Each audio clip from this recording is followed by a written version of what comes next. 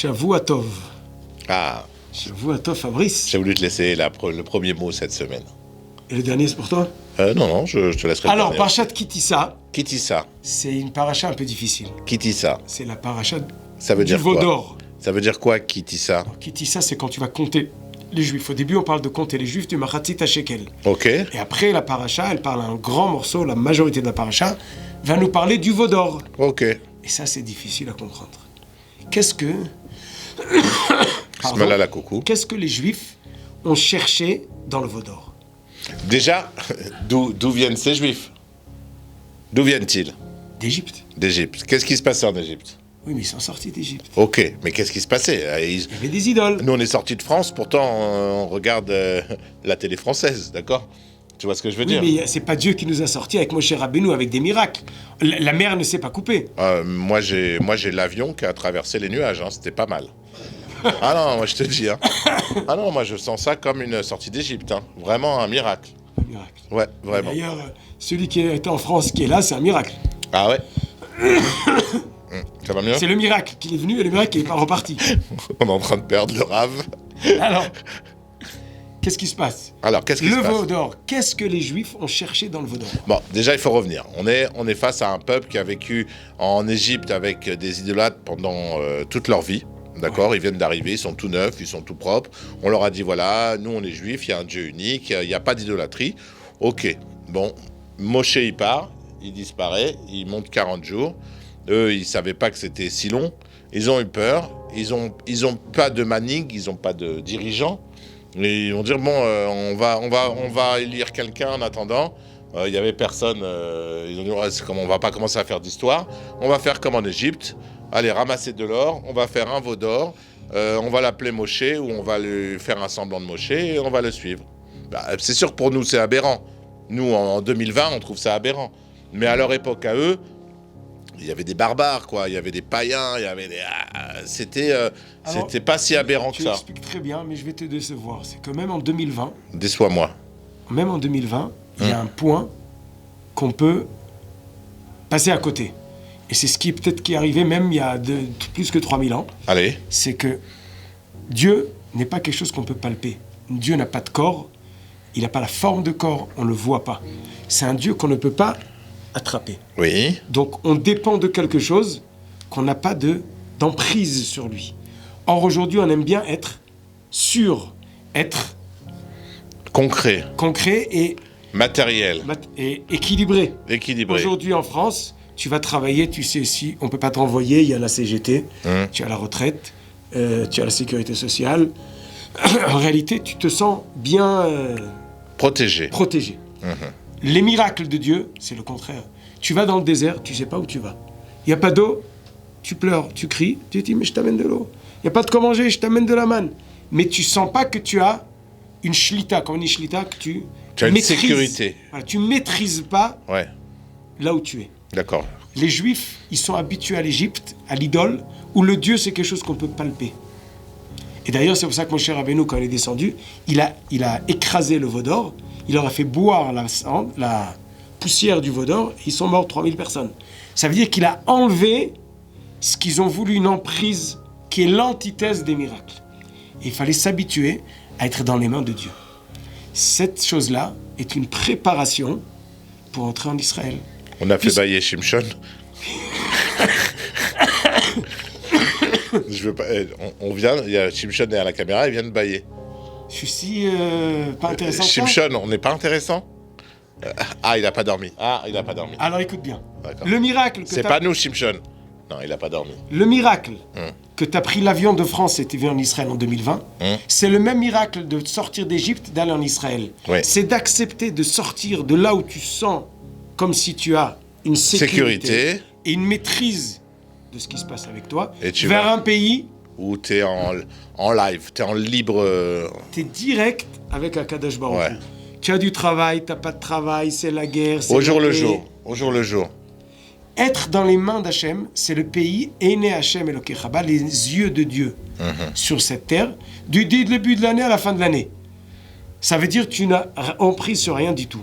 C'est l'antithèse de la Avodazara, De la du veau d'or, de la l'emprise. sécurité, ok. Et c'est ça que les Juifs n'étaient pas encore à la hauteur. Il fallait qu'ils arrivent à la hauteur. Alors, maintenant, il faut voir autre chose. Ça s'est passé après les 10 commandements. Oui. D'accord. Et les Juifs, ils ont peut-être pas vu Dieu, mais ils l'ont entendu. Ok. Donc, par rapport à nous, c'est déjà à notre niveau. Ils ont eu les 10 commandements, ils ont dit Naaseh Venishma. Donc, quand eux, ils viennent de sortir de ça, des 10 commandements, de Naaseh Venishma, de la mer Rouge, des 10 plaies d'Égypte, je pense pas que leur intention était de faire une idole. Et c'était pas pour remplacer Dieu. Dieu, ils l'ont entendu. Ils l'ont peut-être pas vu, mais ils ont vu la force de Dieu. Ils ont eu la crainte de Dieu, ils ont eu la montagne sur leur tête.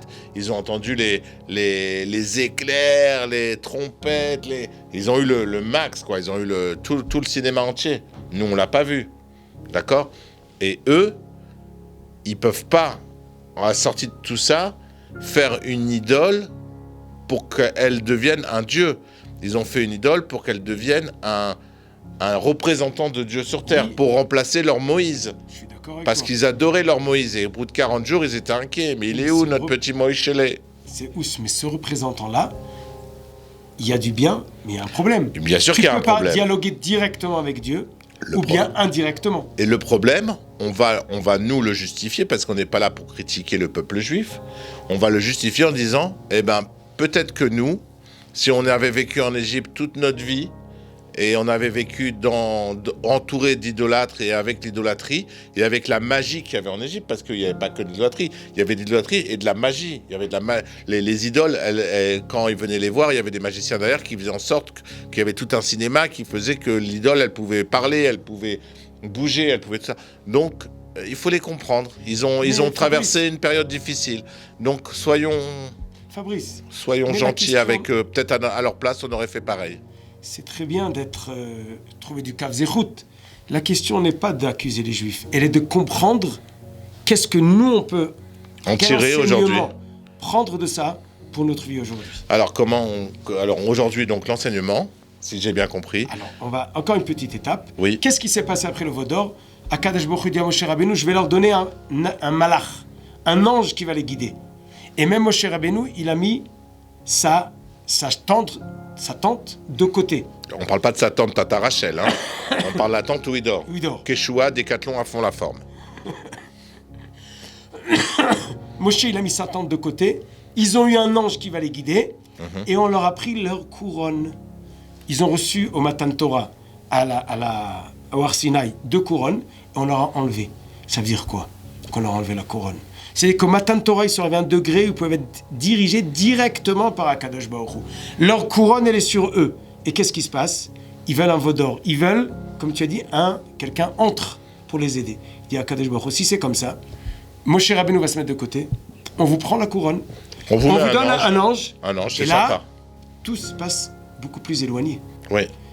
Donc, on a perdu de la proximité. Voilà. Donc notre devoir aujourd'hui, c'est de vouloir se rapprocher, accepter le chemin proche d'Hachem.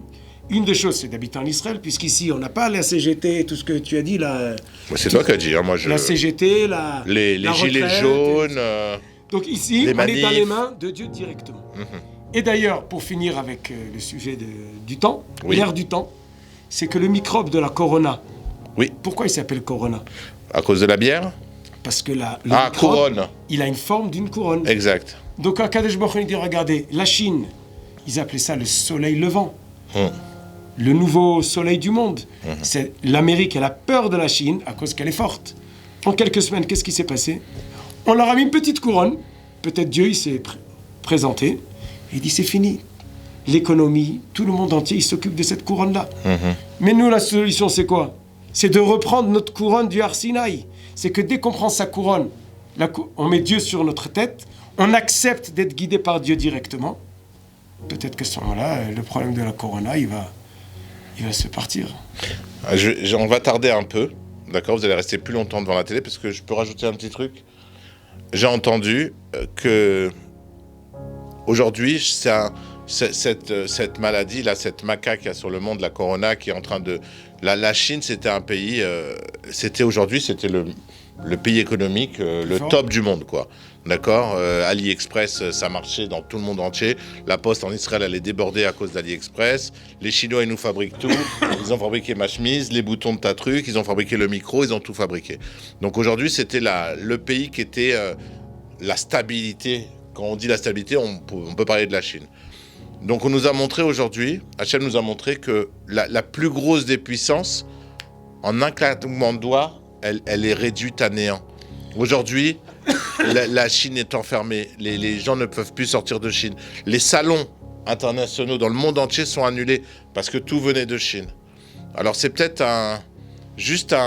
on nous montre, on nous prévient, regardez les Français, vous restez en France, vous dites ah non moi je vais pas en Israël parce que France c'est un pays sûr, j'ai une économie stable, je suis un pays sûr. Alors peut-être regardez ce qui se passe en Chine, c'est peut-être un signe qu'on vous montre avant que ça puisse, Dieu préserve, arriver un jour dans d'autres pays. Voilà, mais personne n'est à l'abri. Tu te prends pour le Navi, le prophète? Non, j'ai simplement les yeux ouverts. Pas mal, mais il y a encore quelque chose en Chine, si déjà tu ajoutes. Oui. C'est que la Chine, c'est un pays communiste. Oui. Donc, c'est pas seulement qu'il a de l'argent. Communiste, mon œil, ok. Oui, mais il fait ce qu'il veut. Ok. Donc, le communiste, ils se disent, on va gérer le monde. Pas seulement l'argent du monde, mais les gens du monde. Et là, qu'est-ce qui s'avère? C'est qu'ils n'ont pris sur plus rien du tout. Donc, la seule valeur sûre, c'est la couronne de Dieu.